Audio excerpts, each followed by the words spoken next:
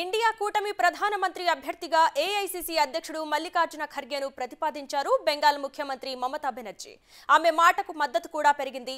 అయితే ఈ ప్రతిపాదనను సున్నితంగా తిరస్కరించారు ఖర్గే. ముందు గెలుద్దాం, ఆ తర్వాత నిర్ణయిద్దామంటూ చెప్పారు ఆయన.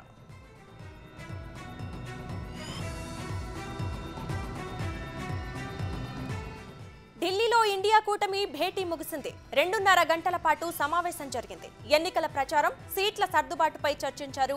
ప్రజాస్వామ్యాన్ని పరిరక్షించడమే ఇండియా కూటమి లక్ష్యమన్నారు. ప్రస్తుతం కూటమి ఫోకస్ ఎన్నికలపైనే ఉందన్న ఖర్గే, డిసెంబర్ 31న సీట్ల సర్దుబాటుపై స్పష్టత వస్తుందన్నారు.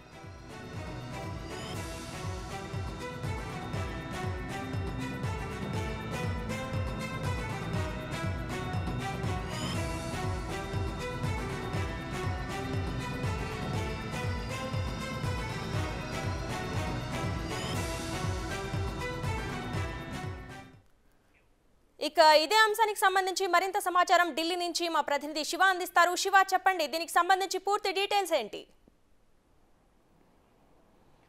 రైట్ అశ్విని, ఇక బీజేపీయేతర ప్రభుత్వాన్ని ఏర్పాటు చేయడానికి ప్రతిపక్ష పార్టీలైన ఒక కూటమిగా ఏర్పడి దానికి ఇండియా కూటమి అని పేరు పెట్టాయి. ఈ ఇండియా కూటమి ఇప్పటికే 3 సార్లు సమావేశమైంది. 4వ సమావేశం ఢిల్లీలోని అశోక హోటల్లో కొద్దిసేపటి క్రితమే ముగిసింది. దాదాపు 2.5 గంటల పాటు ఈ సమావేశం జరిగింది. మొదటి సమావేశం పాట్నాలో, 2వ సమావేశం బెంగళూరు, 3వ సమావేశం ముంబైలో జరిగాయి. ఈ 3 సమావేశాలు కూడా పలు కీలక నిర్ణయాలు తీసుకున్నారు. ఇప్పుడు 4వ సమావేశం ఎన్నికలు రాబోతున్న నేపథ్యంలో 2024లో లోక్సభ ఎన్నికలు రాబోతున్నాయి. దానికి సంబంధించి సీట్ల సర్దుబాటు, మరోవైపు రీసెంట్గా జరిగిన 5 రాష్ట్రాల అసెంబ్లీ ఎన్నికలపై ప్రధానంగా పార్టీ పరిస్థితి ఏ విధంగా ఉంది, కూటమిలో ఉన్న పార్టీల పరిస్థితి ఏ విధంగా ఉంది, అక్కడ ఏ విధంగా ముందుకు వెళ్ళాలి, ఎటువంటి ప్రణాళికలతో ముందుకు వెళ్ళాలి అనే దానిపై ప్రధానంగా ఈ కూటమి సమావేశంలో చర్చించారు.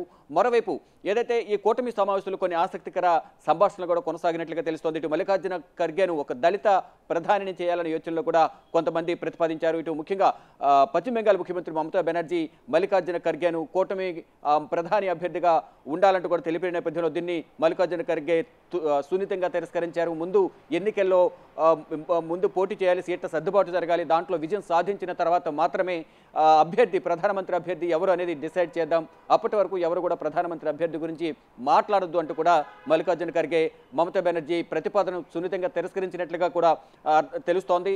మరోవైపు అంటే ముందు అందరి దృష్టి కూడా ఎన్నికలపైనే ఉండాలి, సీట్ల సర్దుబాటుపై ఎక్కడ కూడా అసమ్మతి కానీ వర్గ విభేదాలు కానీ ఉండకుండా అందరూ ఐక్యంగా బీజేపీయేతర ప్రభుత్వాన్ని ఏర్పాటు చేయడానికి అందరూ సంసిద్ధంగా ఉండాలి, ఆ దిశగా కూడా ప్రణాళికలు రచించాలంటూ కూడా మల్లికార్జున ఖర్గే అందరికీ దిశానిర్దేశం చేశారు. దానిలో భాగంగానే ఈరోజు 4వ సమావేశం అనేది ఇండియా కూటమి 4వ సమావేశం అశోక హోటల్లో జరిగింది. ఈ సమావేశానికి మొత్తం పార్టీలు, ఇండియా కూటమి పార్టీల అగ్రనేతలందరూ కూడా ఈ సమావేశానికి హాజరయ్యారు. ప్రధానంగా మరోవైపు ఏదైతే ఇండియా కూటమికి సంబంధించి కానీ నేషనల్ అలయన్స్లో ఇతర పార్టీల పొత్తులపై ప్రధానంగా చర్చించేందుకు 5 సభ్యులతో ఒక కమిటీని కూడా ఏర్పాటు చేశారు. ఆ కమిటీ సభ్యులు కూడా ఈ పొత్తులపై చర్చిస్తారు. ప్రధానంగా ఈరోజు ఈ సీట్ల సర్దుబాటుతో పాటు పార్లమెంట్లో గత వారం రోజుల నుంచి జరుగుతున్న వ్యవహారంపైన, పార్లమెంట్లో భద్రతా లోపాలపై చర్చించేందుకు బీజేపీ ప్రభుత్వం విస్మరిస్తోంది.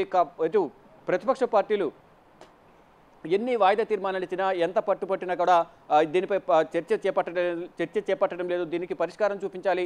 ప్రధానమంత్రి అలాగే హోంమంత్రి కూడా సభలో దీనిపై వివరణ ఇవ్వాలని కోరిన నేపథ్యంలో ప్రతిపక్ష పార్టీ సభ్యులందరూ కూడా దేశ చరిత్రలో ఎప్పుడూ లేని విధంగా దాదాపు 141 మందిని, 51 మందిని సస్పెండ్ చేసినట్టుగా కూడా తెలుస్తోంది. దానికి సంబంధించి కూడా ఎప్పుడు కూడా దేశ చరిత్రలో ఎప్పుడు చూడలేదు. కేవలం 1989లో రాజీవ్ గాంధీ ప్రధానిగా ఉన్న సందర్భంలో మాత్రం 63 మంది సస్పెండ్ అయ్యారు. కానీ ఇప్పుడు ఎప్పుడు లేని విధంగా ప్రతిపక్ష పార్టీలపై కక్ష సాధింపు ధోరణితోనే అడిగేదానికి సమాధానం చెప్పకుండా సస్పెండ్ చేశారంటూ కూడా ఈరోజు ఇండియా కూటమి నేతలు శీతాకాల సమావేశాలు మొత్తం కూడా బహిష్కరించారు. Ashwini, thank you Shiva.